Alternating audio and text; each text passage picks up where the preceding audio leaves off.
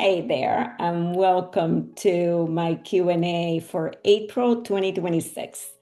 And I'm doing this recording for you right after the H-1B cap selection for 2026, fiscal year 27 happened.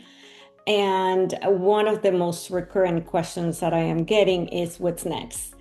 And that is both from those that were selected and from those that were not selected. So what I have decided to do today is divide this Q&A into two sections.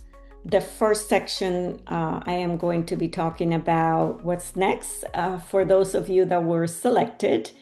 And the second part, I'm going to be talking to those that are asking what's next if you were not selected. So let me start with first section, selected, what is next? And if you were selected, congratulations.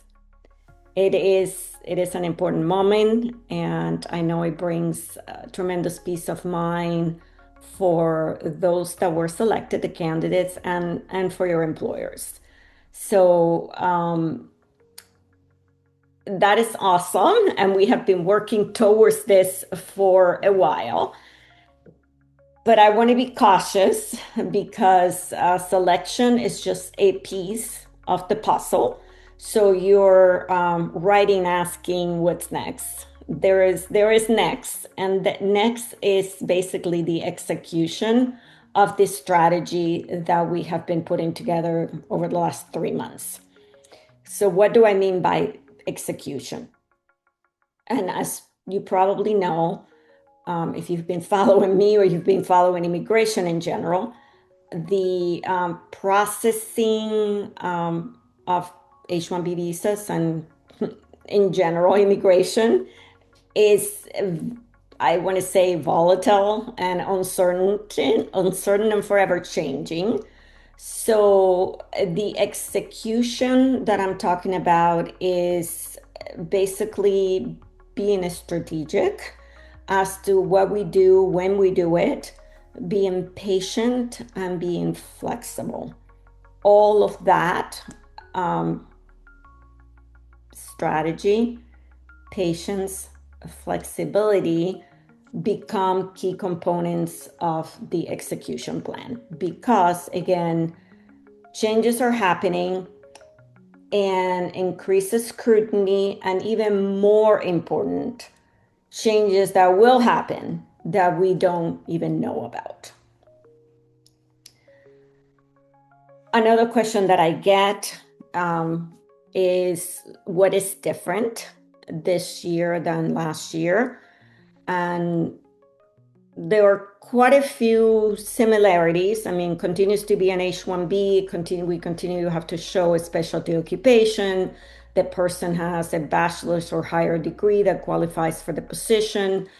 In terms of what is different, as you know, this year we had the weighted by wage selection, which means the job duties, the title, the SOC code, all of that becomes a bigger component. They were always a component of the case, but now they become a much bigger component as we move forward, and they need to align from registration all the way to filing and all the way to approval, which it could be now beyond October.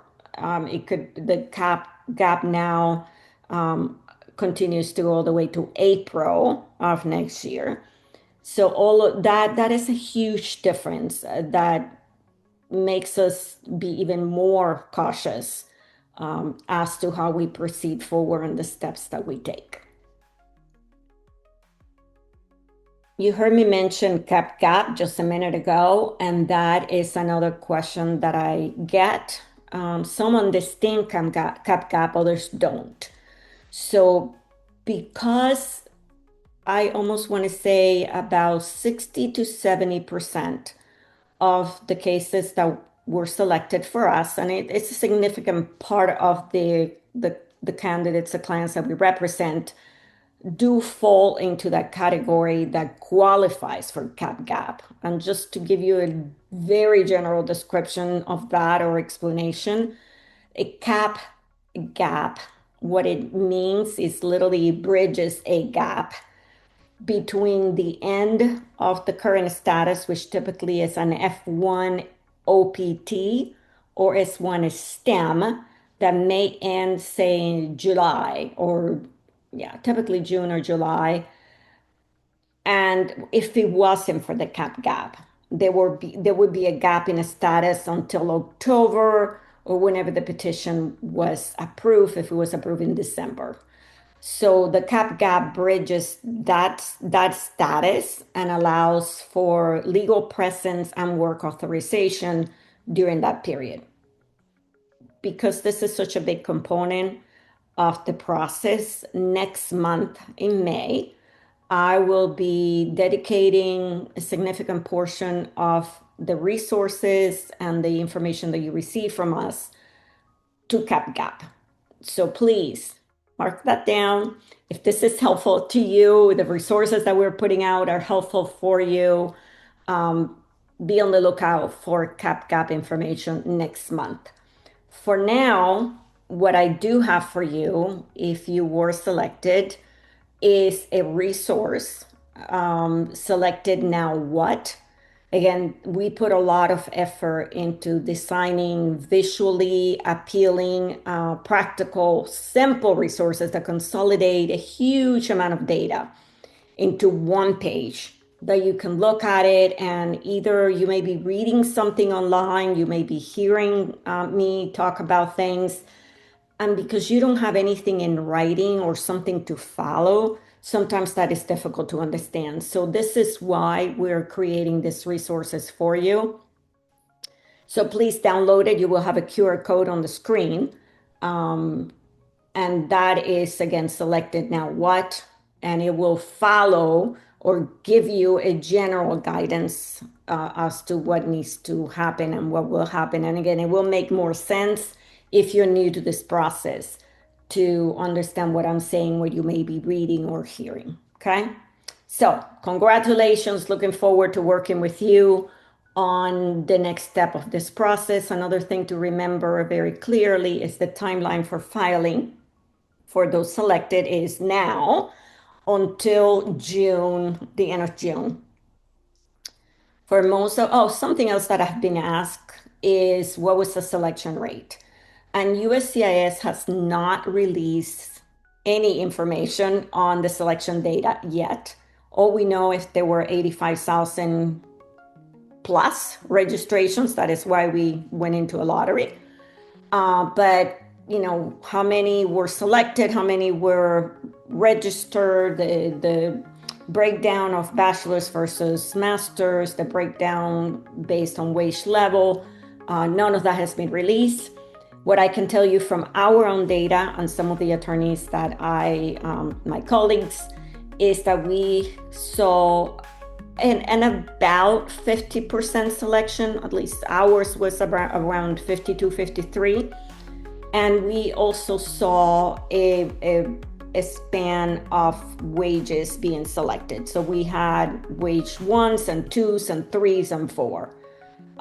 So I, in addition to congratulating those that were selected, if you were a level 1 and you were selected, I'm very proud of you and your employer that took the step forward and supported that filing, despite potentially the negative, the potentially lower percentage of selection. Many did get selected. Okay, so moving on, again, download that resource. That will be very helpful for you, and we look forward to working with you as we move through this process. Going on to those not selected and what's now? What is the next step? First thing that I want to say to you is this may feel like a defeat. It may feel like a setback. And I encourage you to look at it a little different. One, the fact that you were in the lottery, that you were registered, is already a win. You probably have many colleagues or others that you may know that didn't have this opportunity, and that again is already a win. Take this opportunity to reflect and to look forward to other opportunities, potentially entry into the lottery next year. Thank your employer for supporting you through this process. Again, to me, that is a significant win, and it deserves to be looked at that way. And it's certainly not the end of the road. Many foreign nationals that we work with, and I would want to say the majority, get entered into the lottery more than once before they get selected. So this is, again, if they were to give up, then many of them would not be H-1B holders right now. So hope that helps. Now, more specifically, if you were not selected, what should you do next? And the first thing that you need to do is start looking at your timing. How much time do I have left in the current status that I have? So before you even look at the options, because the options to some degree will be driven by how much time you have left. If you have another year on a STEM, the immediate solution or opportunity for you is to continue to do a good job. Say thank you to your employer. I am grateful for this, and I look forward to the opportunity to enter into the lottery next year. Some of you may be at the end of your STEM. This potentially was your last chance, or you have OPT that doesn't have a STEM. And for those in those situations, so again, if the STEM is not a possibility for you, then you're going to need to look at, what is the most realistic option. You may Google, whatever, and I know many of you are very savvy with the internet, and rightly so, you go looking for options. But you have to be very careful with what you read, because quite often some of the things are not even up to date, and others are very unrealistic. You could, find a blog that says, there's 40 some options. Well, reality is that rarely someone has more than one or two options. I mean, that the majority of the cases that we handle, and I've been doing this for 24 years, you end up with two or three at most, and sometimes just one. So first determine how much time you have left in your current status, and then determine out of the narrow options, what are your next possibilities. For us, for our clients, again, a STEM OPT becomes your first option if you have it. Maintaining a status through education often is next, and then dependent visas, so H4s, L2s, and sometimes international strategy. Now, again, this is one that may become dated now, because if you leave the United States and say your employer enters you into a lottery next year, and now you have to cancel a process to enter it if you get selected, now you're subject to the H-1B cancel the process and 100K fee. So that may not be the best option. So again, focus on what is realistic for you, and not everything will be possible. Now, you heard me say that one of the options could be maintaining status through education. And I would say, well, actually, just being factual, this year, 4 of our candidates that were selected for under the lottery are on CPT. They want CPT, so that is an option. It doesn't work for everybody. I am not necessarily saying go do that. This program needs to be done. If done, it needs to be done very carefully. The program has to be credible. I have probably 2 videos on YouTube that talk about day one CPT. So if that is of interest to you, please look that up and review your options under the day one CPT. The other one is, can we try again next year? Of course. But again, to try it again next year, and I'm talking to the foreign nationals, you need a sponsoring employer that is going to enter you into a lottery. Another reason why I'm saying to you, and gratitude goes a long way. And instead of focusing your energy on why me, why wasn't I selected, I think the energy should be channeled into being grateful for the opportunity and opening the opportunity for next year. And of course, to be in the CAP next year, if that was the case, what matters the most now brings me back to the first thing that I said to you is how much time do you have in your current status? Because if you're going to stay in the United States, maintaining that status really becomes a key part of the process. And Zoom agrees with me. This, again, is a multi-year journey for many of you. So this is just a step in the journey. Okay, for all of you non-selected, again, I do have a resource for you, similarly to what we did for those that were selected. You will have a QR code in the screen so that you can download it. Not selected, what are my options? It's a one-page, simple, practical, visual outline of the things that you should be thinking about that you can use as a resource. And let me leave you with, to some degree, with what I started. The question is right, what to do next? So for those selected and for those non-selected, you both have guidance here as to what to do. For employers, I want to say congratulations to you. You are building and designing your current workforce and your workforce of the future. I am a strong proponent that, and not just a strong proponent, I have tons of data to back the fact that foreign talent is essential for our country to continue to grow and innovate. 18% of our current workforce is foreign talent, and that despite the anti-immigrant sentiment that we're seeing right now, for us to continue to be a strong country and a strong economy, that number is most likely going to continue to grow.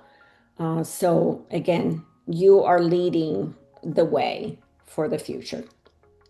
And for the foreign nationals, the journey is not linear. I know it myself, and it will have ups and downs. That's just life in general. So, be flexible, be patient. There is a light at the end of the tunnel, and you are already in that journey.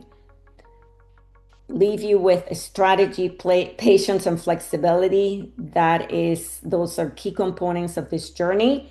And if you enjoy this video, if you enjoy the content that we're providing to you, please give us a like, share, subscribe. That is how we are able to do this and provide you with the resources that we are providing you with. So again, subscribe, share, like, and I'm always happy to hear what you like, what is working, what would you like to see more of. This channel and this time that I spend here is for you so that you can be as best prepared as I can provide to you. So thank you for being here.